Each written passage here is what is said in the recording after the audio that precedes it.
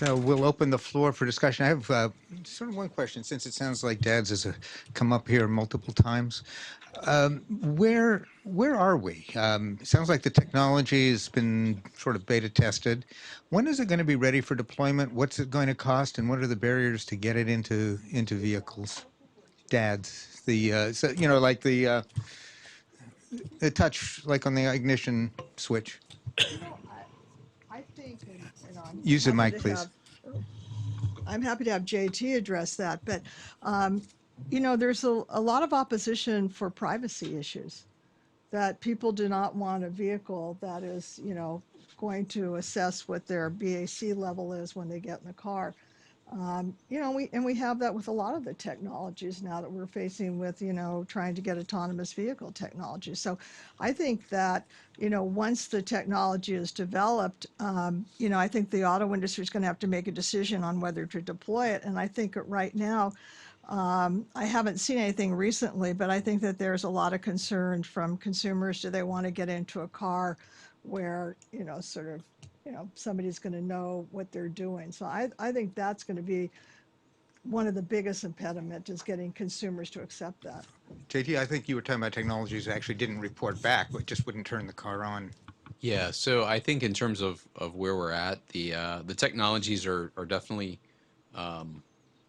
there in terms of they work, but they don't work fast enough and accurately enough to where they're ready to go into the vehicle. I think right now the next thing you're going to see is there will be some sort of a fleet test, and that is typically the standard way that the auto industry will roll out these kinds of technologies. So I'm hopeful that by the end of the year there will be some sort of a fleet test. Certainly not, if not by the end of this year, by the beginning of next year. And I'm hopeful that there will be more announcements and more publicity with regard to the program. Estimated cost?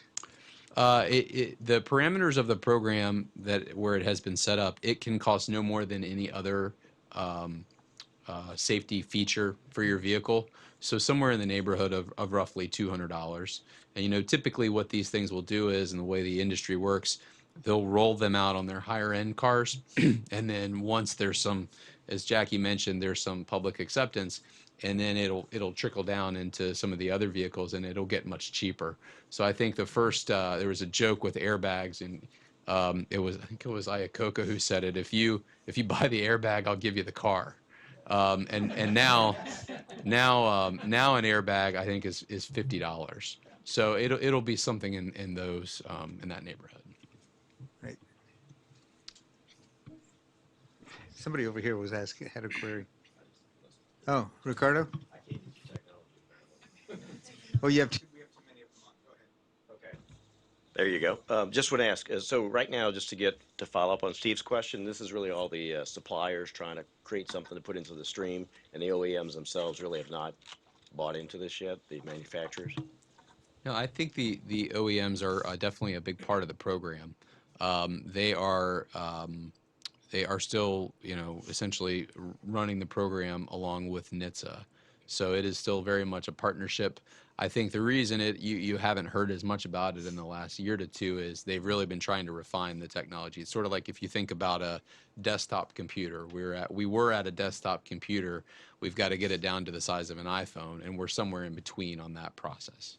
I don't think it's ready for prime time. That's No. why we're trying to push it forward. And if there are failures in it, then that could set back consumer acceptance. So I think everybody, we're almost there, but I think, as JT said, we need some fleet demonstrations to see how effective it is.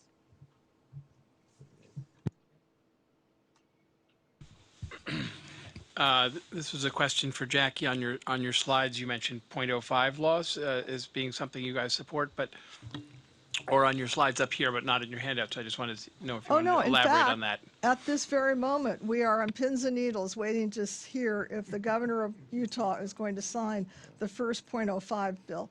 And Utah was the first state to pass a .08, and it has sailed through the legislature, but we are facing the typical opponents, the hospitality industry and the alcohol industry, which we are trying to convince the governor the bill is not about, trying to prohibit drinking. It's trying to prohibit drinking and driving. And the scientific data is there that at 0.05 you are impaired.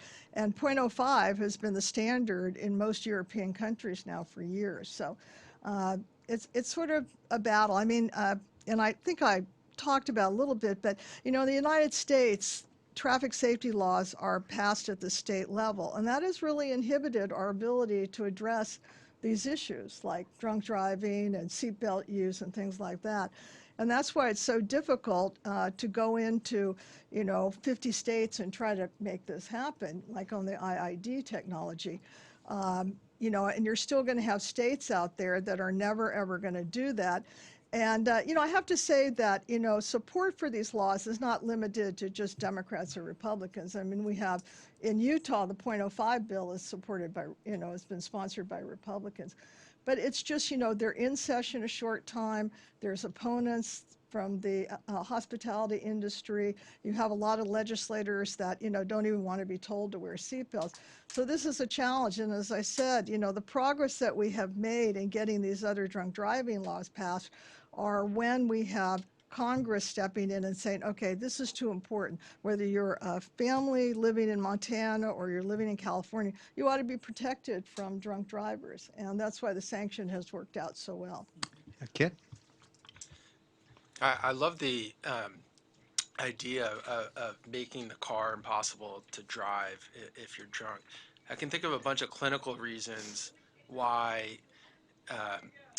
just from an implementation standpoint, it just may never get off the ground. You can imagine, like with a touch system, hospital. I work in the ER, and I've washed my hands with alcohol about 20 times, during the course, and there's going to be alcohol on your hands. You can see like just so many false positives, either with either touch or something in the ambient air, that if there's a heavy-handed approach that sort of mandates that this is involved, there are going to be so many sort of exceptions to the rule where it just, from an implementation standpoint, I see barriers. I haven't heard anything about creating incentives or ways, maybe softer approaches, but would get most people to do the right thing, which would be, having a breathalyzer in the cars as sort of a default option that you can blow into, and you can ignore it. But I think it would get some portion of the population to pay attention or maybe think about not driving. And if there are any sort of incentives to do that, and so that doesn't shut off, it doesn't eliminate the choice, but at least gets people to check themselves. Has there been any talk about sort of like ignition interlock light, that doesn't like shut off your car, but at least forces you to check, or you have to opt out of it each time you start your car? That would be more palatable to the general public. I don't know of any. There was and Jim just mentioned, there was a program where France did something like that for a period of time. They were requiring all new cars that were sold to include a personal breath test along with the car. The challenge for that is Matt doesn't, this is the company line. It's actually my personal feeling too.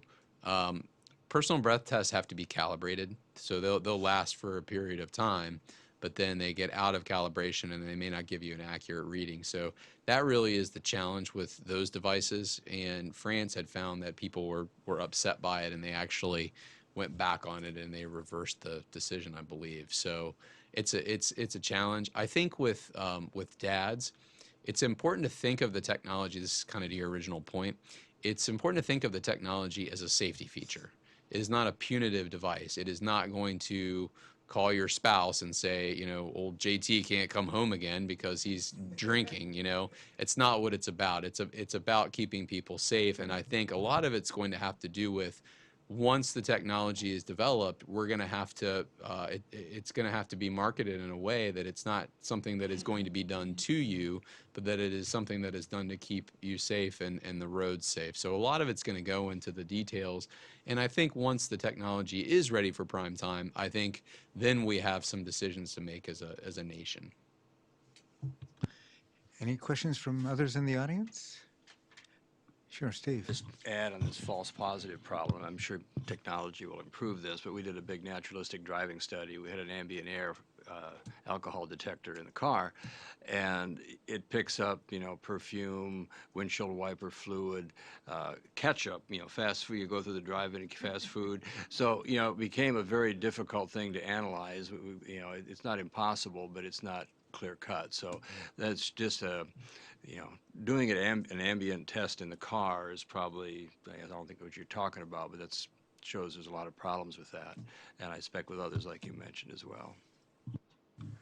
Excellent. Okay, well, thanks to this panel. That was very informative. And